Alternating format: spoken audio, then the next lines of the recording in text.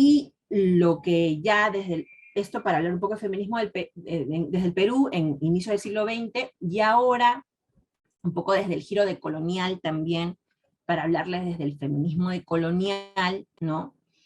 Y ya aquí hablaremos desde las décadas del 60 y el 70, ¿no? Que en América Latina, con autores como Walter Miñolo en Argentina, Aníbal Quijano en Perú, Spivak, por ejemplo, en la India, en todas estas latitudes, estos espacios geográficos que fueron colonizados, ¿no? Sobre todo colonizados por Europa, se empieza en la segunda mitad del siglo XX, como que a cuestionar, ¿no?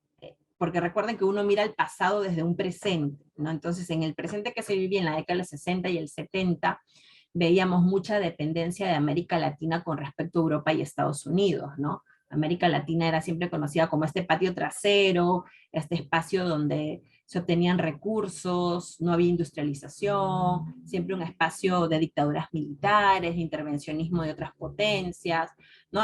Había mucha desigualdad social, ¿no? Entonces todo este escenario, ¿no?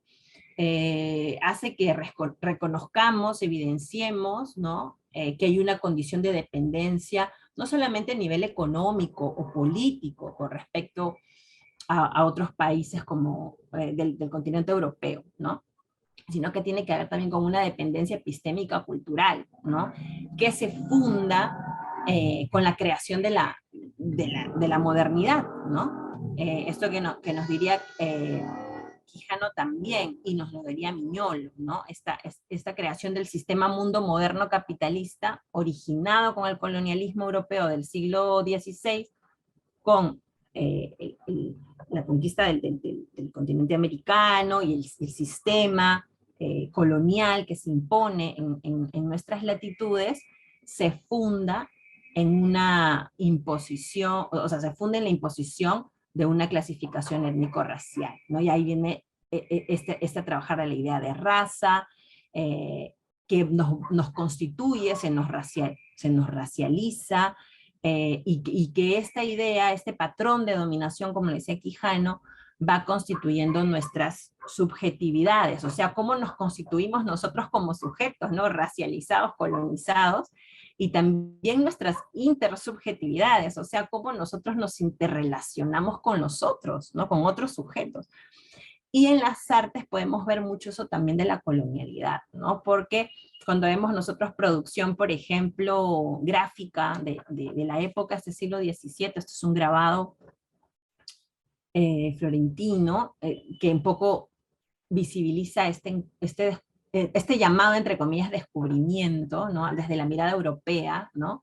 Es esta posición activa, ¿no? Yo descubro, ¿no? Esto que está oculto, yo civilizo esto no civilizado, ¿no? América dormida, yo despierto, ¿no?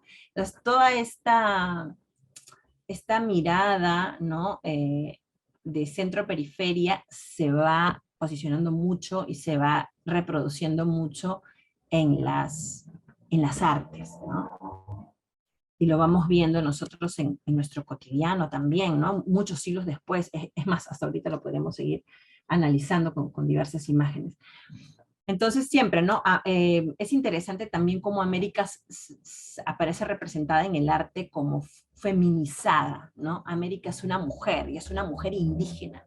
Y eso es bien interesante, cómo podríamos entrar en diálogo con lo que luego Nancy nos va a mostrar sobre arte decolonial, ¿no? Y cómo se hace este giro, ¿no? Miren, por ejemplo, ¿no? Este es el arte justamente con este patrón de dominación que nos dice Aníbal Quijano, ¿no? De la racialización, del tema de género, donde lo blanco, lo europeo, lo andro, ¿no? Lo masculino es lo que tiene poder, lo femenino, lo indígena es lo subyugado, ¿no? Es casi lo salvado, ¿no? Lo que tenemos que salvar porque está en una situación, ¿no? Miren el lenguaje corporal, los símbolos, etcétera, ¿no?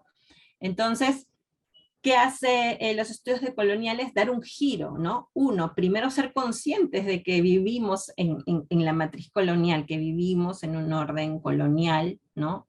que eso ha construido nuestras subjetividades, y que el giro decolonial nos diga, hay que deconstruirnos, primero reconocerlo, luego deconstruirlo para proponer otras subjetividades, otras realidades, ¿no? Entonces, el feminismo decolonial, ¿no? Desde el punto de vista epistémico, lo que propone también y práctico, ¿no? Es una crítica también al feminismo hegemónico, ¿no? Muchas feministas dirán al feminismo blanco, que es el feminismo hegemónico, hablando del tema de racialización también, ¿no? Y denuncian que no solamente existe un feminismo, ¿no? En singular, ¿no? Y pensado desde Europa, sino que existen feminismos, porque no hay una sola mujer, no hay solamente una experiencia de ser mujer, sino que hay varias. Y en América Latina, en Abya Yala, ¿no? Hay mujeres en su diversidad, porque las categorías de clase, etnia, raza, género se entrecruzan, ¿no? Y entonces, gracias al giro decolonial, gracias a los feminismos decoloniales, podemos entender que ser mujer, desde Abya Yala, ¿no? Es, es una experiencia situada, diversa, ¿no? No es la misma experiencia de mujeres afro, por ejemplo, no es lo mismo la experiencia de una mujer aymara, de una mujer quichua, de una mujer isconagua, de una mujer shipibo-conibo, de una mujer acá en espacios rurales o en espacios urbanos, ¿no? Hay cosas que nos hermanan, sí, pero realidades diversas y luchas distintas y agendas distintas por derechos también. Entonces lo interesante es como que esa interconexión, ese diálogo con las diversas experiencias de mujeres y cómo nos podemos retroalimentar entre nosotras, ¿no? Y reconocer nuestras luchas diversas, pero también nuestras intersecciones, ¿no? Reconociéndome también, es muy importante, por eso también esto de los estudios decoloniales, en lugar de enunciación. Primero me reconozco, ¿desde dónde hablo? ¿Desde dónde, quién soy yo? ¿Cómo me reconozco? ¿Cómo me reconozco como mujer afro, mujer indígena, mestiza? ¿Desde dónde estoy? ¿Desde la urbe, desde el espacio rural, desde lo político? ¿Cómo me reconozco? Entonces es como una especie de cartografía, un mapa, ¿dónde estoy yo? ¿Cuáles son mis recorridos? ¿Cuáles son mis identidades? ¿No? Entonces, para a través de mi reconocimiento, reconocer también la diversidad de mujeres, ¿no? Y aquí les traía algunos ejemplitos de referentes artísticos importantes. Por ejemplo, acá tenemos una artista que es María del Socorro Gallardo Parcana, también presidenta, líder de Asociación de Mujeres Afroperuanas y ganadora del concurso Bicentenario. Y muy potente esta obra, porque ella, por ejemplo, hace esta pintura de Micaela Bastidas, reconociendo a Micaela Bastidas como una mujer afroindígena también, como una mulata, de alguna manera. Entonces el reconocimiento también de la participación de las mujeres eh, en la independencia, ¿no? Que había sido invisibilizado, ¿no? Pero lo hace ¿quién? Una artista afro, ¿no? Y hablando de nuestras luchas distintas, desde la poesía, por ejemplo, Mónica Carrillo, que les hablábamos también en sesiones anteriores, ¿no? Que cuando las mujeres afro empiezan el diálogo con las feministas, ¿no? Y los feminismos afros empiezan a cuestionar a los feminismos blancos, ¿no? Y dicen, bueno, ¿a qué clase de mujer te refieres, no? Nos dice Mónica, ¿no? El significado de lo doméstico es el mismo para ambas. O sea, ella cuestiona eso, ¿no? Lo doméstico para una mujer afro no es lo mismo, no es lo doméstico para una mujer blanca, es distinto, ¿no? Hemos vivido experiencias históricas distintas, las memorias históricas sobre los cuerpos de mujeres afro, mujeres indígenas son distintos, ¿no? Habrán cosas que nos hermanan, sí, pero hay historias que han ido por vertientes separadas, ¿no? Entonces, por eso acá, algo que dice Mónica es, yo rebato, ¿no? Yo rebato que solamente hay un solo feminismo, hay diferentes, ¿no? Porque ella se reconoce como feminista, ¿no? En Juguemos en la Jungla, en este poemario de Unícroma, este poema, ella dice, no, yo soy feminista, nosotras somos las feministas, pero no, yo no soy, hay varios feminismos, ¿no? Podemos entrar en diálogo, pero ella se está autorreconociendo desde un feminismo, desde las mujeres afro, y empieza a rebatir también el feminismo desde la hegemonía blanca, ¿no? Entonces ella empieza a cuestionar, ¿no? El espacio de lo doméstico, ¿no? Eh, Porque su saliva, sus ampollas, su boca, no hablando del cuerpo, los humores, el sudor, la cocina, ¿no? Todo este espacio que ella llama, que el feminismo decía que la cocina y el espacio doméstico era el del que había de salir, ¿no? Las mujeres, entrar a lo público, para las mujeres afro, su lugar de trabajo, lo público, era el espacio doméstico, ¿no?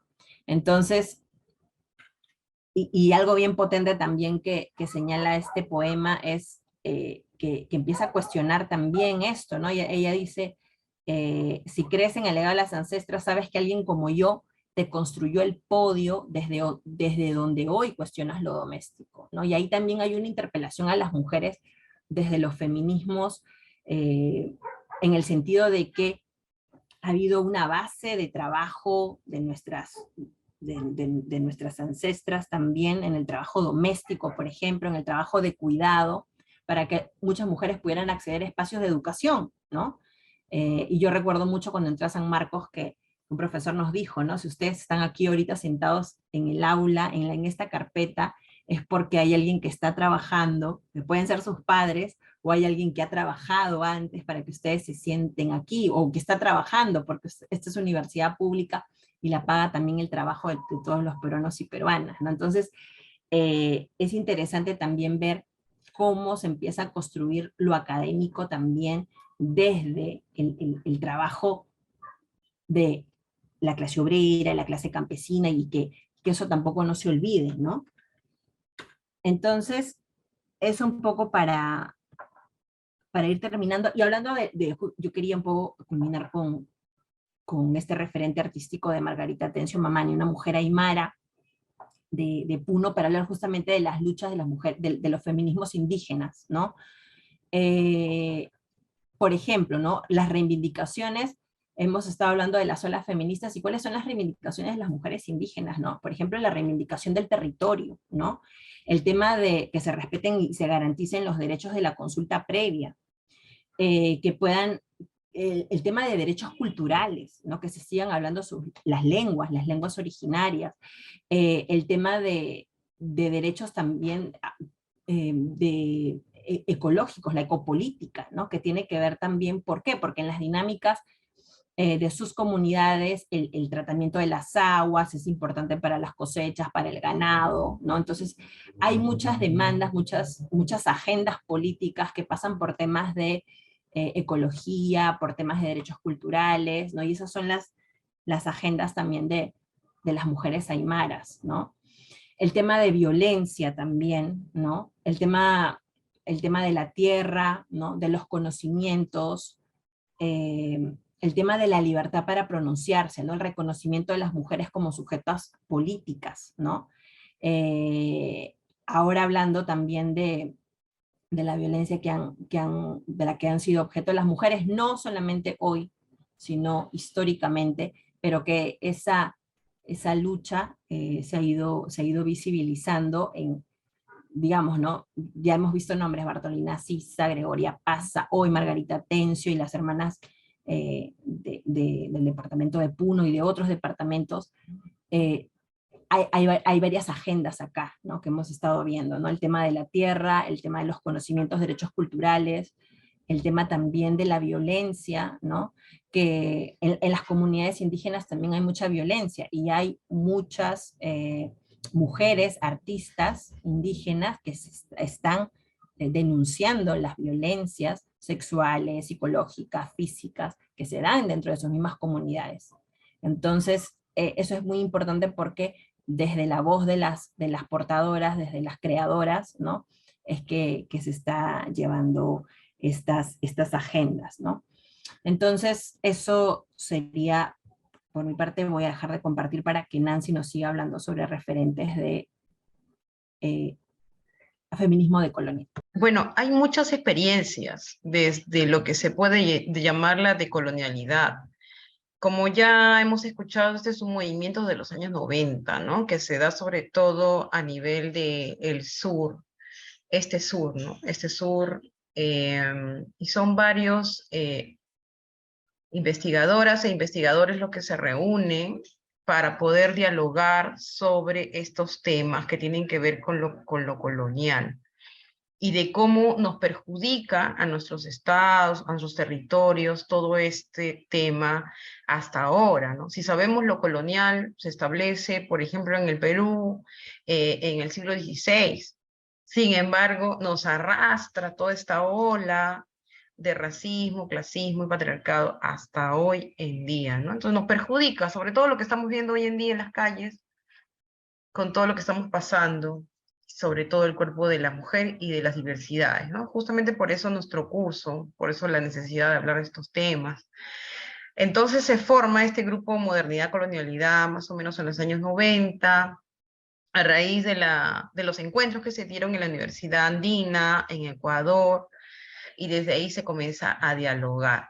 Un texto muy importante que tenemos dentro de la revisión del curso es algo que no hemos hablado, que es el texto de Silvia Federici de Calibán y la bruja. Entonces, lo que estaba comentándonos Vero tiene mucho que ver con esto, ¿no? La idea del el caníbal. Esto es algo muy importante que hasta ahora se sigue repitiendo. Si nosotros recordamos una infeliz frase de nuestro presidente Alan García cuando habla en referencia a los hermanos de la selva, ¿no? Y dice, ellos no quieren el desarrollo, ellos no quieren que avancemos como país, y así sucesivamente, todos los presidentes dicen lo mismo, ¿no? Sin embargo, cuando están en etapa de elecciones, sí, ¿no? Sí les voy a prometer agua, les voy a prometer, ¿no? Además, democracia, pero al día siguiente que son elegidos ya comienzan a canibalizar. Entonces, ¿de dónde viene esta palabra? Viene desde la colonia, esta idea, este prototipo, el canibalismo, la palabra se asocia con el canibalismo, con el calibanismo, la antropofagia cultural, que estamos viendo también esto desde los estudios en Brasil, que se comenzaron a generar, y el consumo en América Latina, ¿no?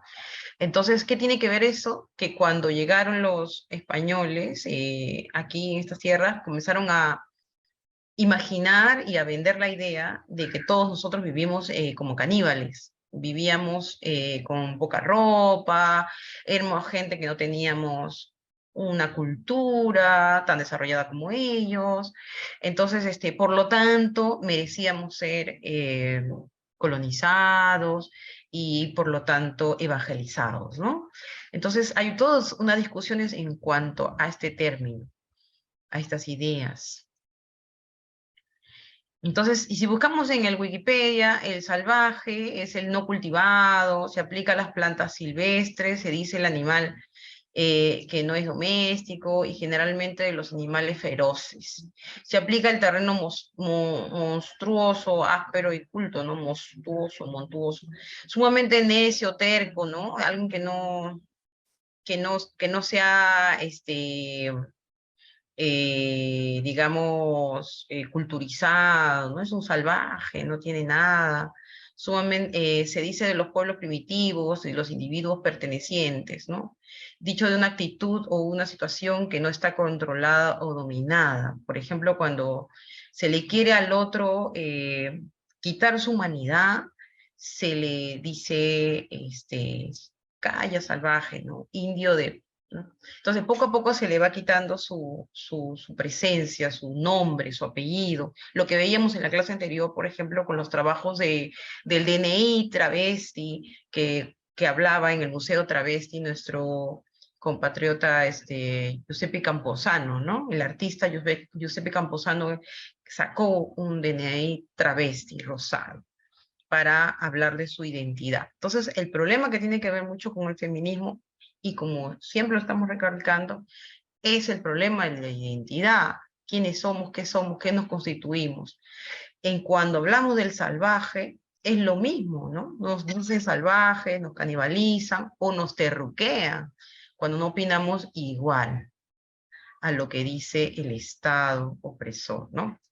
Entonces, estas imágenes que vemos aquí son aquellos dibujos aquellos discursos visuales que se comenzó a crear sobre nosotros, ¿no? Quiénes éramos, cómo vivíamos, qué comíamos, qué cosas practicábamos, y a comenzar a desvirtualizar todas aquellas creencias, toda aquella forma de ser que era muy distinta a ellos, ¿no? A los que sí eran cultos, si leían, tenían este encuentro de dos mundos cuando se trabaja esto visualmente, cuando la llegada de los españoles y le entrega el libro, ¿no? Y el inca que hace, lo bota, ¿no? Entonces, el salvaje lo bota porque no tiene la cultura del occidental, del leído, ¿no?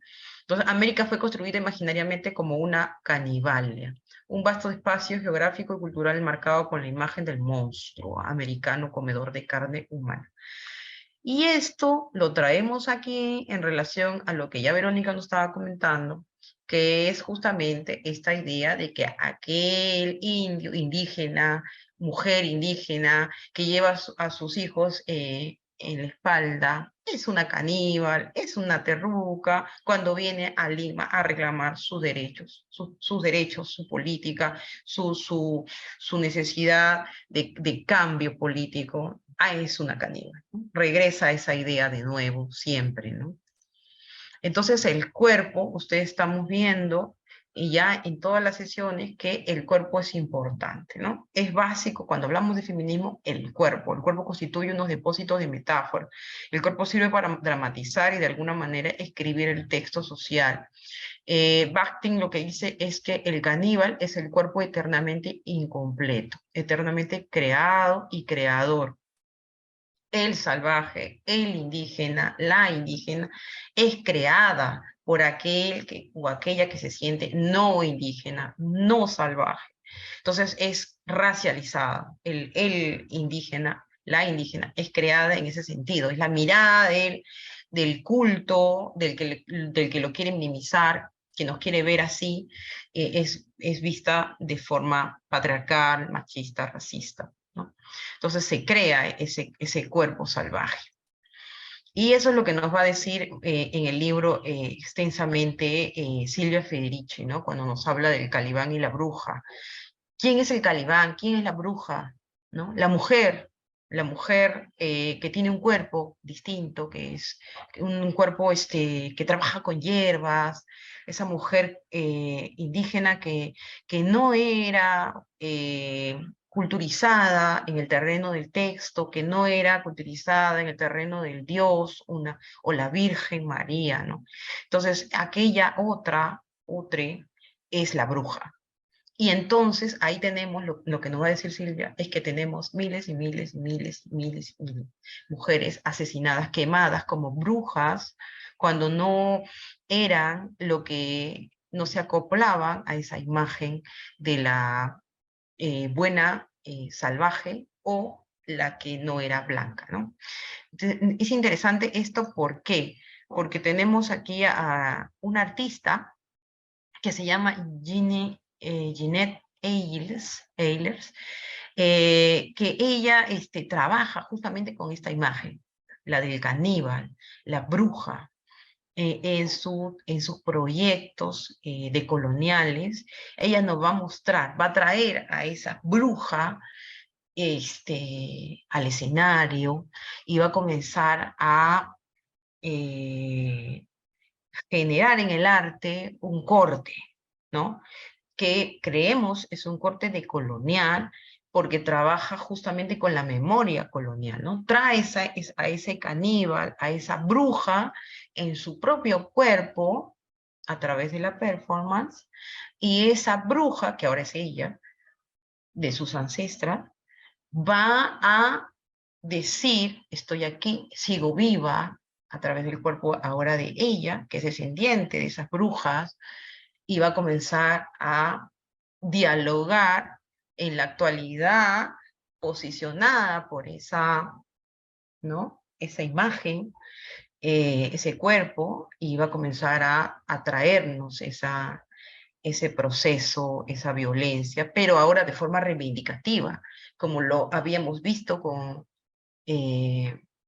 con todas esas imágenes que nos está mostrando Verónica y con Victoria Santa Cruz, ¿no?